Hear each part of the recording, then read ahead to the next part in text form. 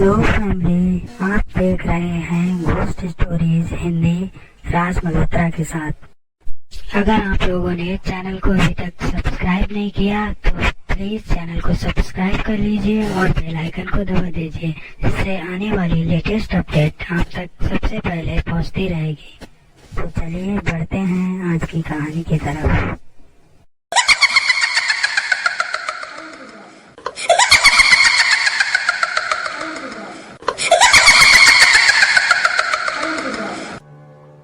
मेरा नाम समीर है और मैं बलिया का रहने वाला हूँ।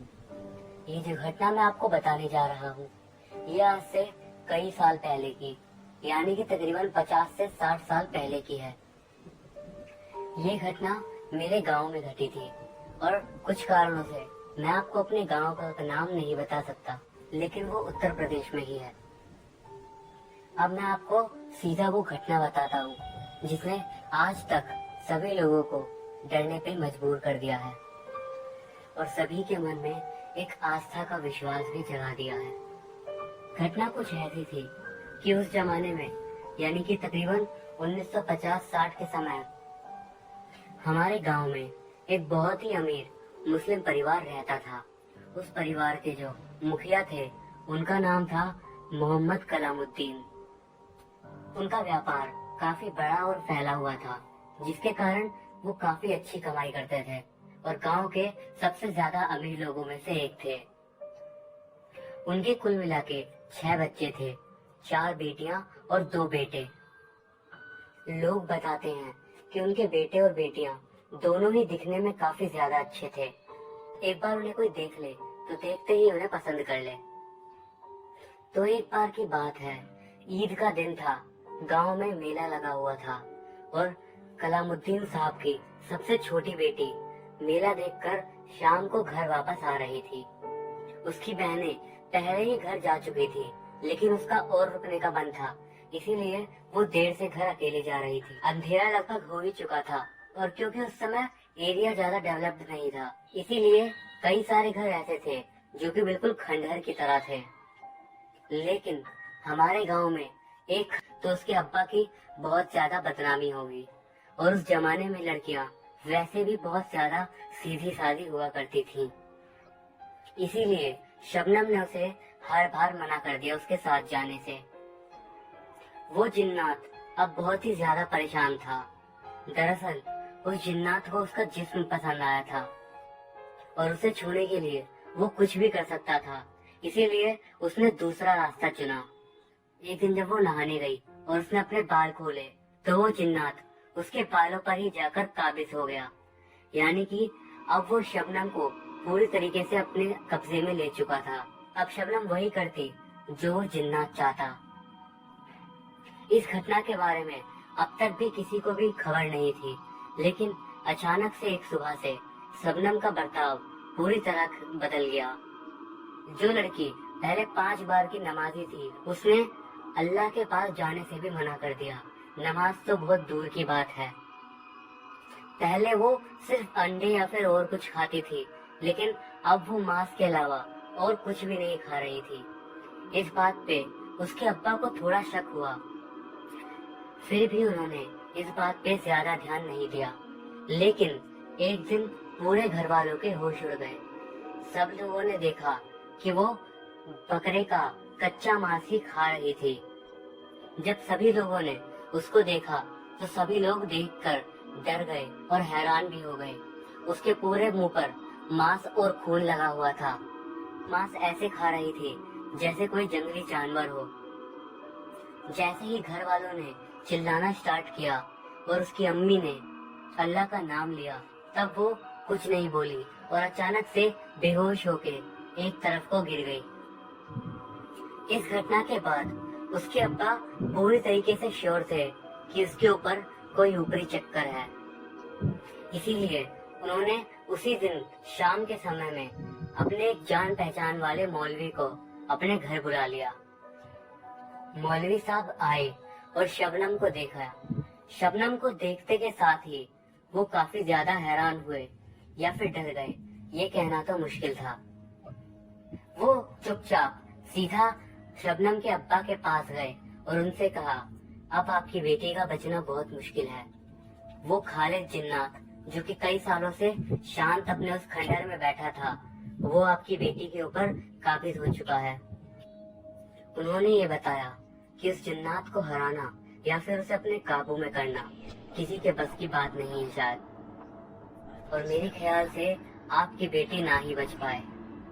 मौलवी की यह बात सुन के उसके अब्बा बहुत बुरी तरीके से टूट गए, और वो सोच ही रहे थे कि इतने में वो मौलवी फिर से बोल पड़ा। आप शायद सोच रहे होंगे कि मैं किसी और अच्छे मौलाना को बुलाऊंगा या अपनी बेटी को किसी मज़ार पर ले जाऊंगा, तो ऐसा करने की गलती बिल्कुल मत कीजिएगा। अगर आपने ऐसा करा तो वो जिन्नात आपकी बेटी को आज ही मार दे, हो सके तो। जो बाद में मरेगी वो पहले ही मर जाएगी, इसीलिए ऐसी गलती ना करें। आप बस इंतजार करें कि कब वो आपकी बेटी को अपने साथ ले जाएगा।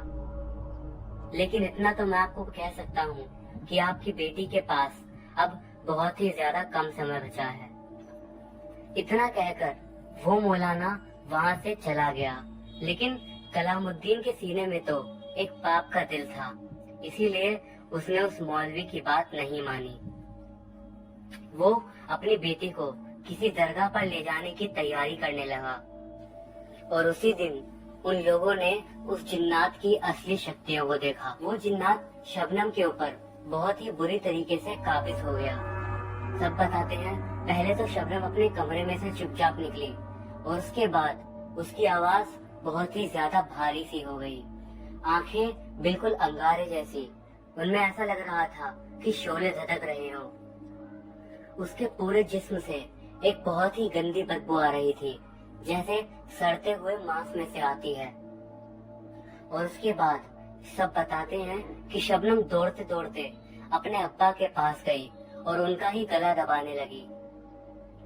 गला दबाते दबाते वो पता नहीं क्या कह रही थी, शायद किसी दूसरी भाषा में, लेकिन थोड़ी देर तक ऐसे ही करने के बाद वो बहुत जोर से चिल्लाई, देखता हूँ तू कैसे ले जाएगा इसे। इतना कहने के बाद शबनम चुपचाप वहीं पे खड़ी हो गई, और उसके बाद वो बहुत तेजी से दौड़ने लगी। दौड़कर वो फौरन किचन में गई और किचन में से चाकू उठा लिया, तो चाकू से अपने ही शरीर को काटना शुरू कर दिया। उसने अपने पूरे शरीर पर कई जगह कट लगा लिए, और वो काफी गहरे जख्म थे।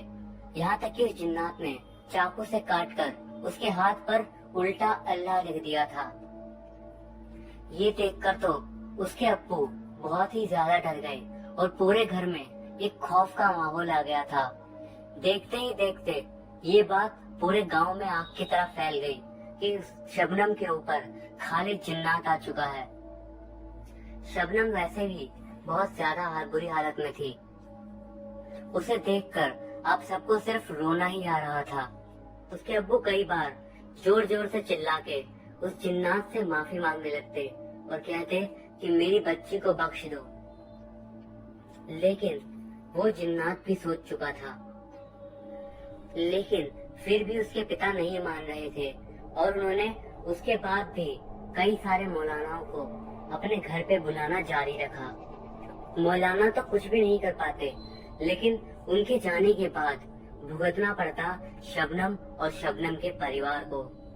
एक बार तो वो पता नहीं कैसे दीवार के ऊपर ही उल्टी होकर चलने लगी। सभी ये देखकर बहुत सारे डर गए। वो उसी तरीके से ऊपर चलते हुए अपनी अम्मी के ऊपर जाके चढ़ गई, और उसके बाद अपनी अम्मी के कान में ही न जाने क्या फुसफुसाने लगी। अब तो इस घटना की लगभग सभी लोगों को आदत ही हो गई थी। वो जिन्नात अक्सर उसके ऊपर आता, पूरे घर में तांडव मचाता और फिर शबनम को बेहोश कर चला जाता। सभी लोग बहुत ही ज्यादा डरे हुए थे। फिर एक और रात आई जिसने सभी का दिल दहला के रख दिया।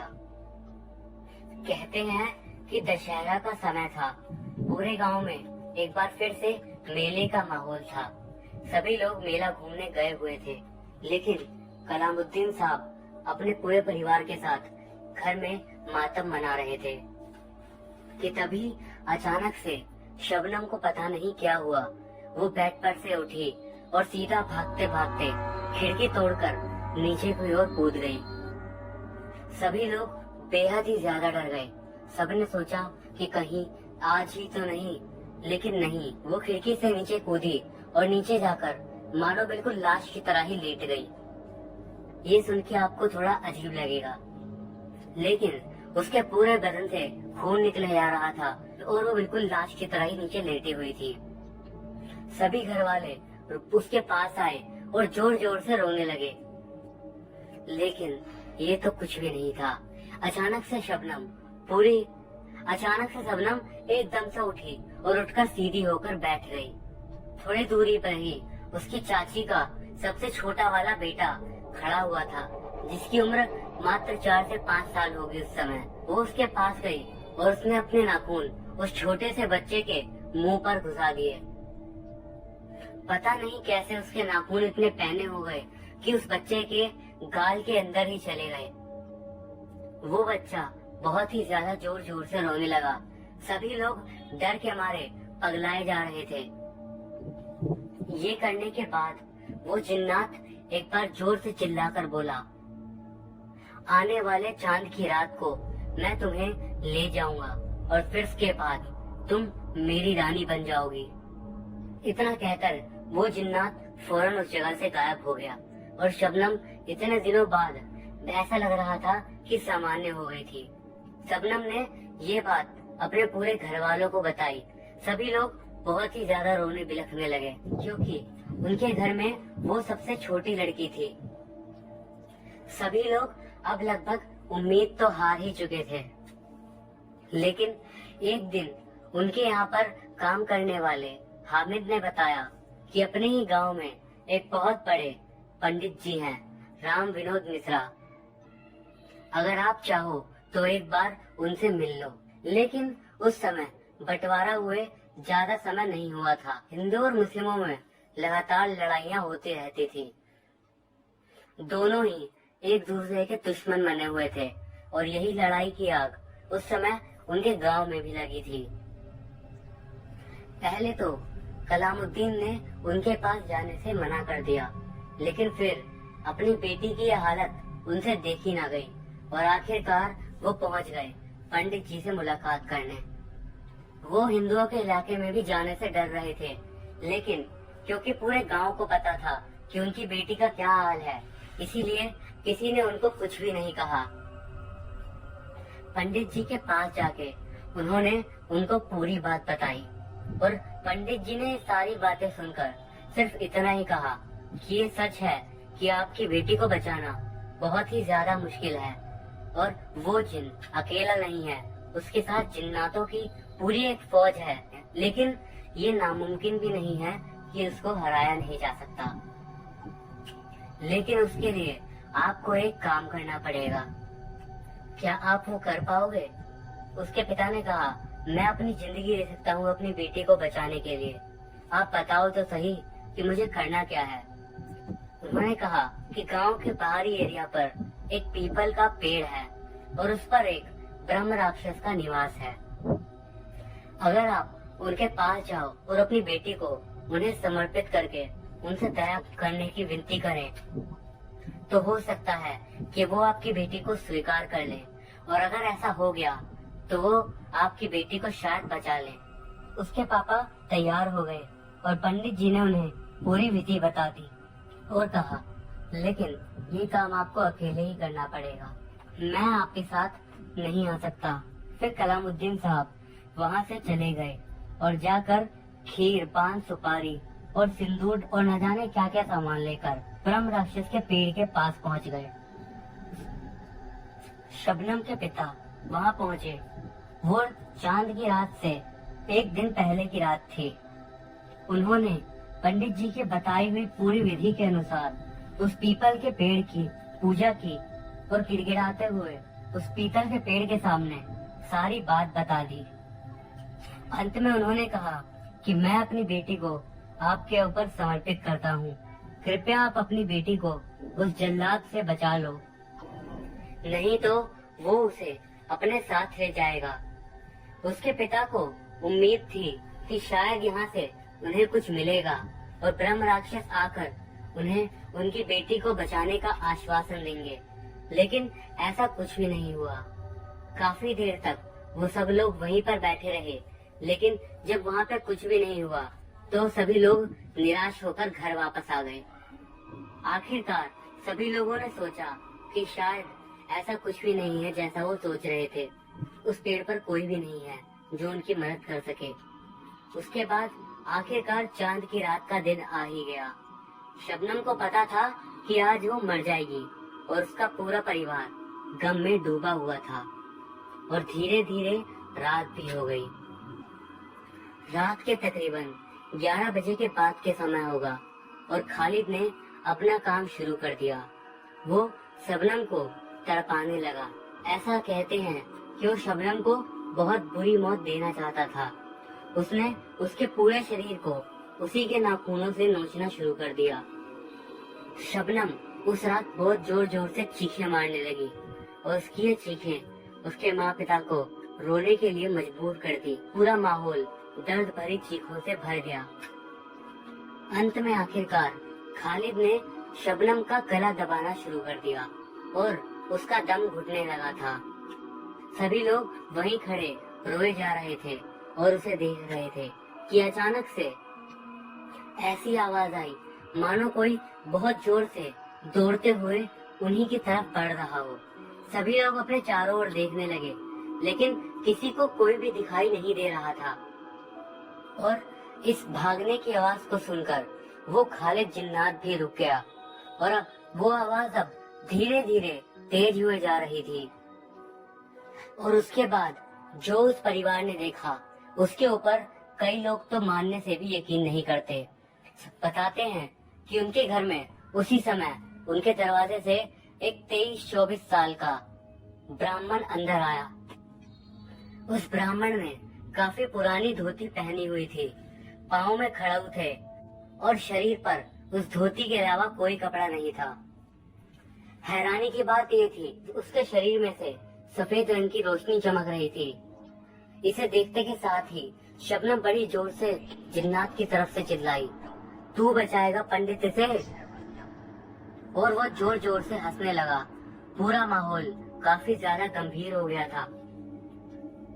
ब्राह्मण ने सिर्फ इतना कहा, अगर तुझे अपने जीवन से प्यार है तो इस बच्ची को छोड़ दे, वरना मैं तुझे दोबारा चेतावनी नहीं दूंगा। उसकी बात सुनकर खालिद बोला कि अब तो ये और भी जल्दी मरेगी, देखता हूँ क्या कर लेगा तू। वो एक बार फिर से शबनम का गला दबाने की कोशिश करने लगा और उसके बाद जो हुआ वो बिल्कुल भी यकीन करने लायक नहीं है। वो ब्राह्मण एक बहुत ही जोरदार चीख मारा। आप यकीन भी नहीं करोगे कि कितनी जोरदार वो चीख रही होगी। उस घर में उस समय जितने भी लोग मौजूद थे, सभी लोगों के कान अगले कई सेकंड तक बिल्कुल सुन्न हो गए थे। किसी को कोई आवाज सुनाई नहीं दे रही थी। आवाज इतनी जोर की थी कि वो जिन्नात भी घबराकर पीछे की ओर खिसक गया और अब वो मानो शबनम के शरीर से बाहर की ओर आ चुका था। सभी लोगों को शबनम के पीछे एक बड़ा सा काला साया दिखाई दे रहा था और वही था वो खालिद जिन्नात, जो कि अब तक शबनम के बालों में काबिज था। इतना होने के बाद वो ब्राह्मण भी अपने अलग ही रूप में आ गया और वो ब्राह्मण नहीं बल्कि एक ब्रह्म राक्षस था। उसके घर वाले बताते हैं उस ब्रह्म राक्षस का रूप बहुत ही ज्यादा भयानक था, इतना भयानक कि उसे शब्दों में बयां ही नहीं किया जा सकता। बस उसे देखकर कोई भी डर जाता, यहाँ तक कि उसका रूप देखकर वो जिन्नात का साया भी डर गया। लेकिन अपने घमंड में वो अब भी उस जगह से जा नहीं रहा था। उसने अपने कई सारे जिन्नातों को उस ब्रह्म राक्षस की तरफ जाने का आदेश दिया। उसके बाद बताते हैं कि उसके घर में से बहुत जोर जोर से चीखने की आवाजें सुनाई देने लगी। इतनी जोर की चीखें कि गांव तक आवाजें आ रही थी और गांव के कई परिवार उसके घर की तरफ ही बढ़ने लगे।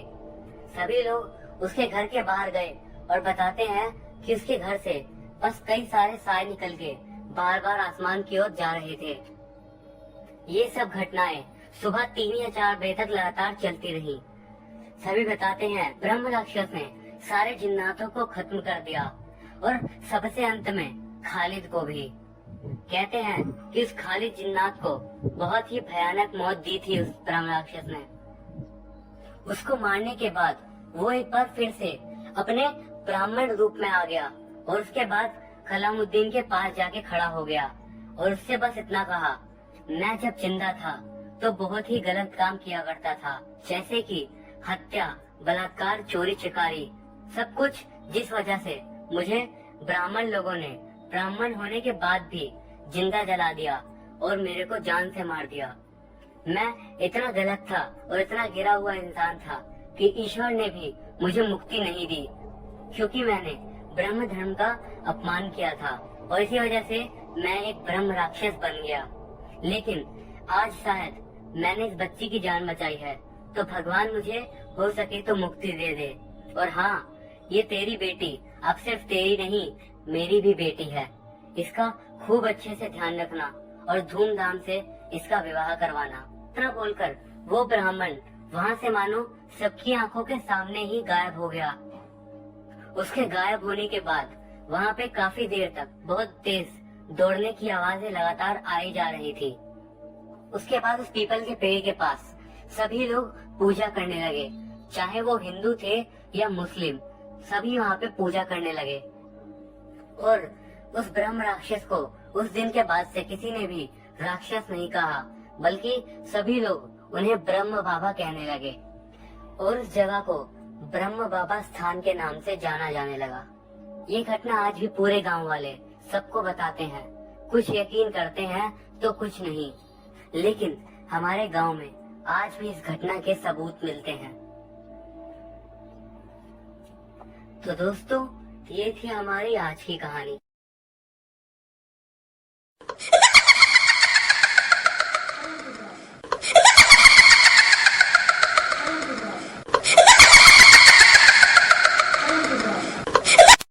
तो दोस्तों, आपको आज की कहानियाँ कैसी लगी प्लीज कमेंट करके बताइए और नई नई अपडेट देखने के लिए प्लीज चैनल को लाइक, शेयर और सब्सक्राइब कीजिए। चैनल से जुड़े रहने के लिए और वीडियोस को देखने के लिए आप सभी लोगों का बहुत बहुत धन्यवाद।